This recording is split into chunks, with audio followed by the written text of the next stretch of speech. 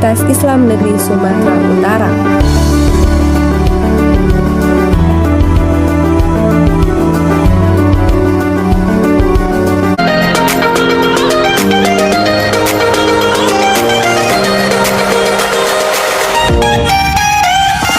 Assalamualaikum warahmatullahi wabarakatuh. Halo semuanya. Kami mahasiswa dari Universitas Islam Negeri Sumatera Utara Medan, Fakultas Ilmu Tarbiyah dan Keguruan, Program Studi Pendidikan Islam Anak Usia Dini. Video ini kami buat untuk menyelesaikan tugas kelompok, yaitu pada mata kuliah Bahasa Indonesia. Dosen pengampunya yaitu Ibu Rina Devianti, SSMPD.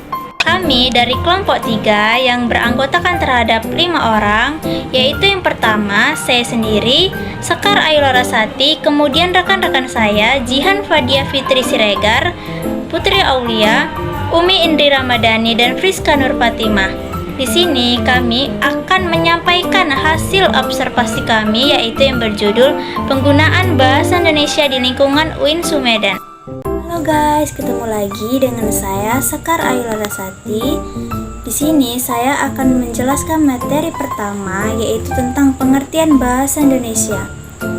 Bahasa Indonesia telah dinyatakan sebagai bahasa resmi negara di dalam pasal 36 UUD tahun 1945 dan semakin dikukuhkan dan diperjelas dalam Undang-Undang Republik Indonesia Nomor 24 Tahun 2009 tentang bendera, bahasa, dan lembaga negara, serta lagu kebangsaan atau disingkat BBLNLK yang disahkan pada tanggal 9 Juli 2009.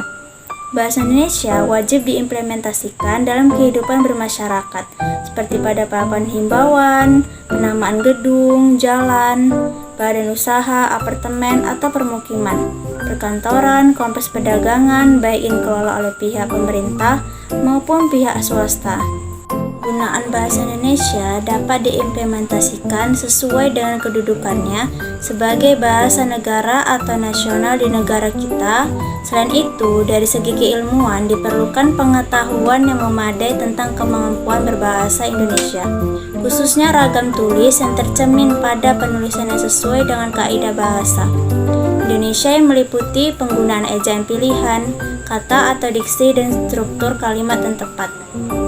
Itu saja penyampaian materi dari saya. Akan dilanjutkan oleh pemateri selanjutnya, yaitu Jihan Fadia Fitri Siregar. Assalamualaikum warahmatullahi wabarakatuh. Nama saya Jihan Fadia Fitri Siregar. Saya di sini akan menjelaskan fungsi bahasa Indonesia. Di dalam kedudukannya sebagai bahasa Indonesia berfungsi sebagai lambang kebangsaan nasional, lambang identitas nasional, alat penghubung antar warga, antar daerah, dan antar budaya, dan alat yang memungkinkan penyatuan berbagai suku, bangsa, dengan latar belakang sosial budaya dan bahasanya masing-masing ke dalam persatuan bangsa Indonesia. Di samping itu, sekarang ini fungsi bahasa Indonesia telah pula bertambah besar. Bahasa Indonesia berfungsi sebagai bahasa media massa cetak dan elektronik, baik visual, audio maupun audiovisual harus memakai bahasa Indonesia. Media massa menjadi tumpuan kita dalam memperluaskan bahasa Indonesia secara baik dan benar. Di dalam kedudukannya sebagai sumber pemberkaya bahasa daerah berperan sebagai sangat penting. Beberapa kosakata bahasa Indonesia ternyata dapat memperkaya hasanah bahasa daerah. Dalam hal bahasa daerah tidak memiliki tata untuk sebuah konsep.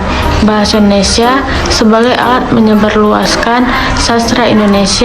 Bahasa Indonesia sebagai alat menyebarluaskan sastra Indonesia dapat dipakai, serta bahasa Indonesia merupakan wahana pemakaian bahasa Indonesia dari segi estetis bahasa, sehingga bahasa Indonesia menjadi bahasa yang penting dalam dunia internasional.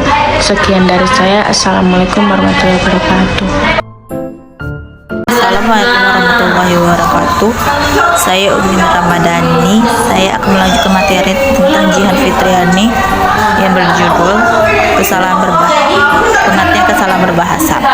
Baik, saya akan menjelaskan tentang pengertian kesalahan berbahasa. Kesalahan berbahasa merupakan tindakan penyimpangan terhadap suatu ujaran atau tulisan yang dilakukan oleh seorang atau siswa. Kesalahan tersebut merupakan bagian dari penyelewengan atau penyimpangan dari kaidah-kaidah bahasa yang berlaku, khususnya kaidah bahasa Indonesia. Kesalahan dan keliruan pada dasarnya terdapat dua istilah yang bersinonim, yaitu kesalahan dan keliruan. Dua istilah tersebut memiliki makna yang hampir sama, akan tetapi dalam konsep pengajaran bahasa, kedua istilah tersebut dibedakan maknanya. Keliruan disebabkan oleh faktor performasi yang bersifat acak. Assalamualaikum warahmatullahi wabarakatuh. Saya Friska Nur Fatima akan melanjutkan penyampaian materi dari Umi Indri Ramadhani dengan judul Metodologi Penelitian. Mini riset ini menggunakan metode penelitian kualitatif. Metode penelitian kualitatif merupakan metode yang bersifat alamiah dengan melakukan studi terhadap fenomena tertentu.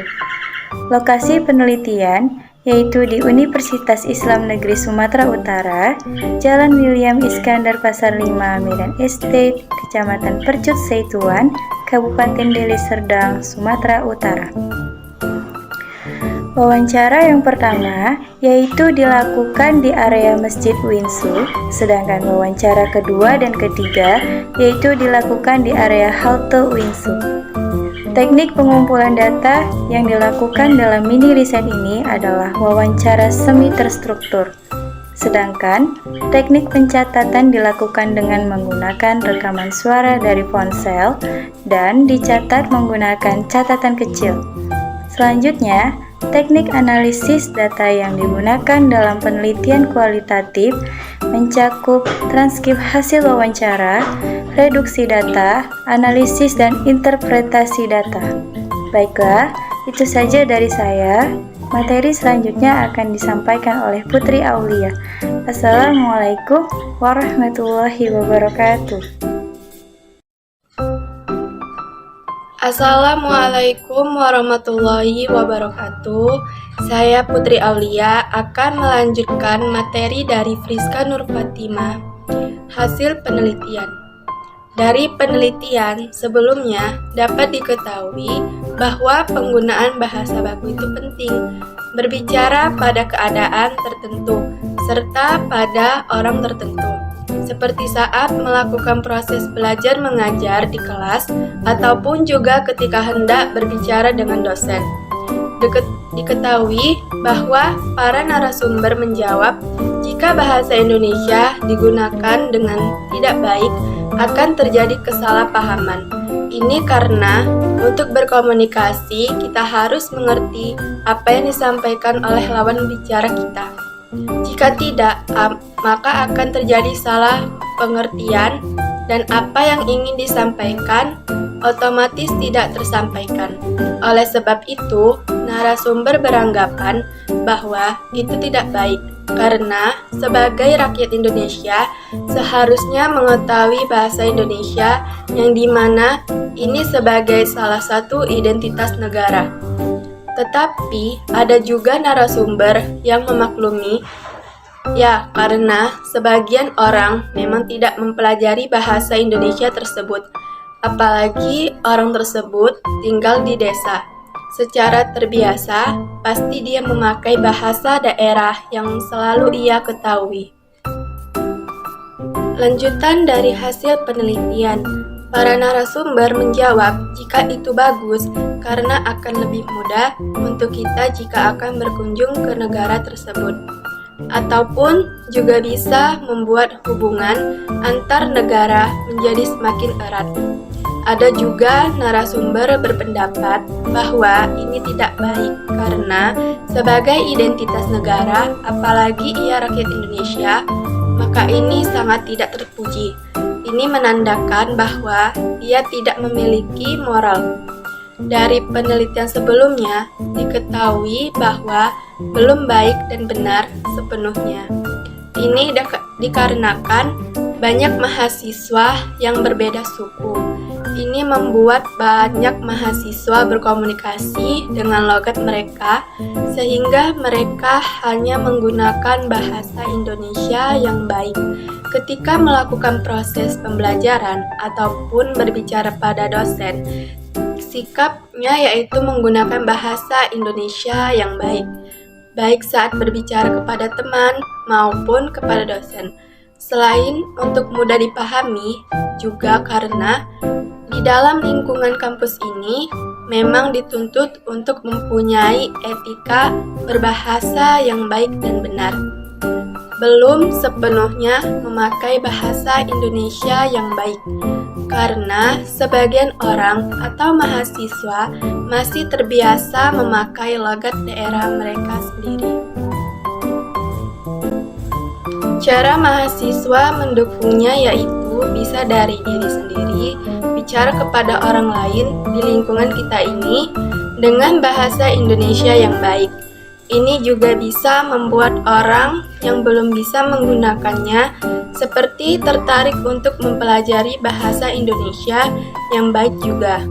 Ini bisa dilakukan dari diri sendiri, juga dengan cara belajar ataupun berdiskusi dengan dosen perihal menggunakan bahasa Indonesia yang baik. Narasumber pertama dan kedua sama-sama menjawab bahwasannya ini karena diri sendiri, karena kalau kita tidak berbahasa dengan baik, maka otomatis yang diajak berbicara juga tidak akan menggunakan bahasa yang baik. Tetapi narasumber ketiga menjawab bahwa ini karena sistem di pendidikan dan ada kalanya untuk memperbaikinya, yaitu dari sumber daya manusianya dulu. Barulah sistem tadi bisa diperbaiki. Baiklah, itu saja dari saya. Selanjutnya saya kembalikan pada moderator. Dari pemaparan materi sebelumnya dapat disimpulkan bahwa penggunaan bahasa Indonesia di kalangan mahasiswa UINSU belum sepenuhnya baik karena masih banyak mahasiswa UINSU yang menggunakan logat atau bahasa daerah mereka masing-masing saat berbicara sehari-hari. Tetapi untuk proses pembelajaran dan berinteraksi kepada dosen, mahasiswa UINSU sudah menggunakan bahasa Indonesia yang baik dan benar.